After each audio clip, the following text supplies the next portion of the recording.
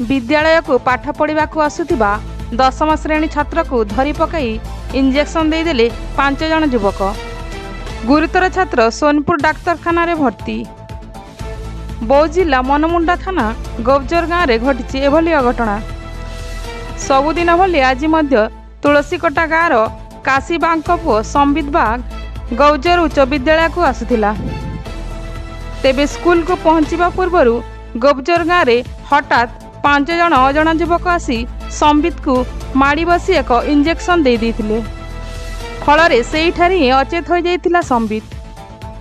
गुरुतर संबित को स्थानीय लोके और परिवार लोक मिसी सोनपुर डाक्तरखाना को आनी भर्ती करिसंती। अचेत संबित एबे चिकित्सा आरंभ करिसंती डाक्तर। तेबे दुर्बृत्त माने किए ओ काहेकि संबित को एभली इंजेक्शन देले ताहा स्पष्ट होई नाही।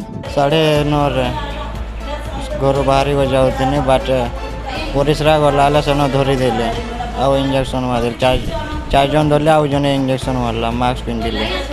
गवजुरी स्कूल के आम गाँ तुलसी घंटा गवजुरी स्कूल के प्रतिदिन जाए से आज खाई कर 9 बजे गला बेले ताके 4-5टा पिला धरी पकाले आर इंजेक्शन दे दी।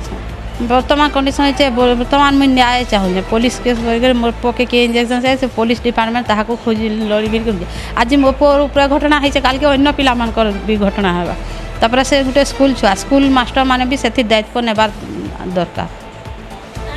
से स्कूल जाऊला स्कूल ड्रेस रे भी वर्तमान अच्छे आज्ञा स्कूल ड्रेस रे भी तार हिटी हाबड़ी पड़ी कर घर के पहुँची स्कूल ड्रेस रे तार से पड़ी पुड़ा जाइए कादो कुदा भी लगी से स्कूल।